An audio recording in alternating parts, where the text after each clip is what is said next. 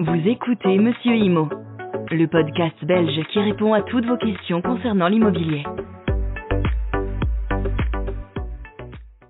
Bonjour à tous, c'est Monsieur Imo, j'espère que vous avez passé un bon week-end. Nous allons parler ce lundi de l'état des lieux lors d'une location, mais avant cela, merci de vous abonner sur Spotify et YouTube pour nous suivre.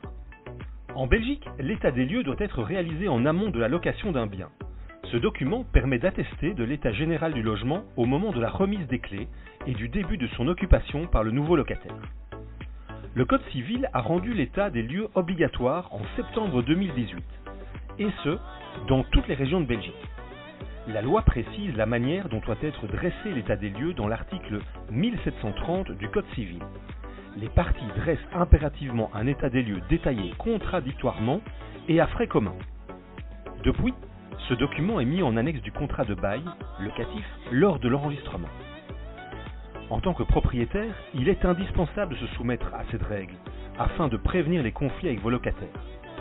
Cela permet aussi d'assurer la couverture des éventuelles dégradations causées par le locataire.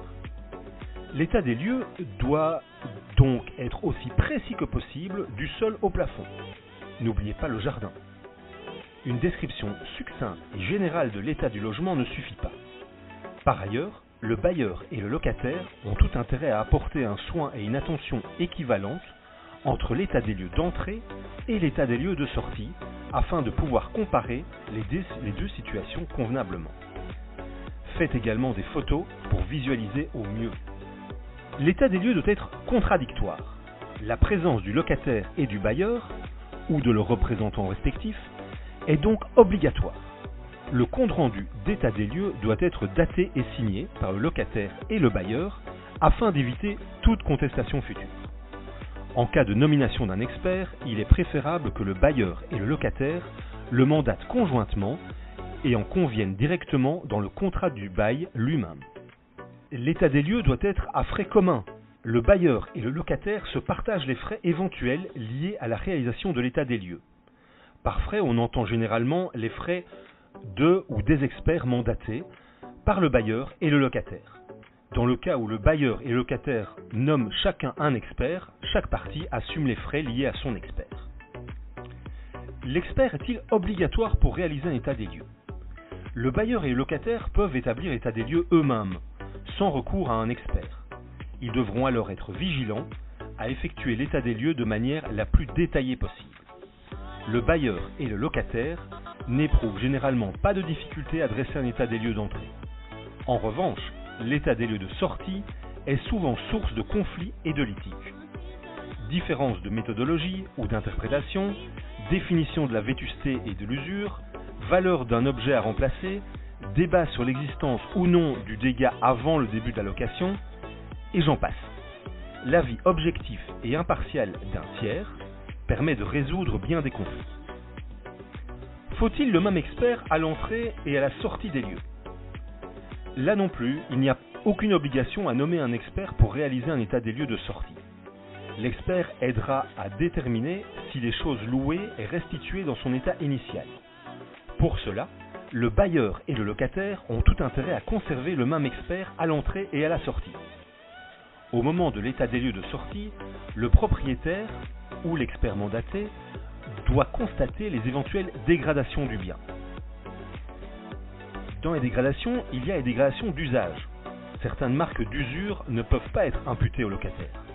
Il est important de différencier les dégradations causées par la négligence de l'occupant et l'usure normale du logement.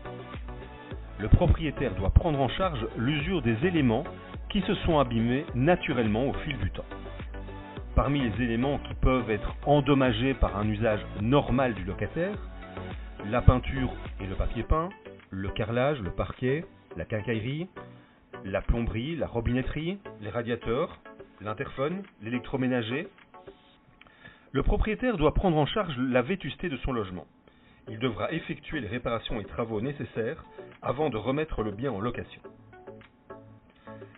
La dégradation à charge du locataire maintenant. Si le locataire ou l'expert mandaté constate les dégradations causées par le locataire lors de l'état des lieux de sortie, les réparations peuvent lui être imputées. Les constatations doivent apparaître sur le document de l'état des lieux de sortie et les dégâts décrits avec précision. Des photos doivent venir appuyer les descriptifs. Il est ainsi possible de comparer l'état des lieux d'entrée avec l'état des lieux de sortie. Cela permet également d'évaluer le coût des réparations nécessaires pour remettre les éléments à neuf. Les dégradations imputables aux locataires doivent être dues à un usage anormal du logement et du matériel à disposition, ou à une négligence. Dans certaines situations, le propriétaire et le bailleur ne tombent pas d'accord sur le bilan de l'état des lieux. Le locataire conteste certaines dégradations et refuse de prendre en charge les réparations. Le propriétaire et le locataire ne sont alors pas d'accord. L'état des lieux ne doit pas être signé lorsque les deux parties sont en désaccord sur son contenu. Ce type de situation est moins courant lorsqu'un expert s'occupe de l'état des lieux. En tant que professionnel, il fait preuve de neutralité. Lorsque le propriétaire et le locataire sont en litige, un juge de paix est saisi. Il faut faire appel à un expert qui évalue la situation et peut trancher. En se basant sur les éléments collectés, le juge de paix rend une décision finale et ordonne la libération de la garantie locative en faveur du propriétaire ou du locataire. Il doit se montrer objectif et tenter de trouver une conciliation entre les deux parties. La garantie locative. Le juge de paix détermine le montant qui servira à couvrir les réparations. Il doit prendre en compte l'usure normale des éléments ainsi que son état en début de bail. Un expert en chiffrage peut intervenir pour évaluer la somme des travaux à effectuer.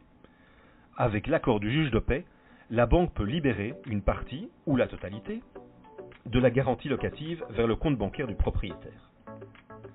Si le juge de paix estime que les dégradations sont liées à une usure normale et que c'est au propriétaire de les prendre en charge, il peut simplement demander la libération de la garantie locative en faveur du locataire. C'était Monsieur Imo et nous nous retrouvons la semaine prochaine.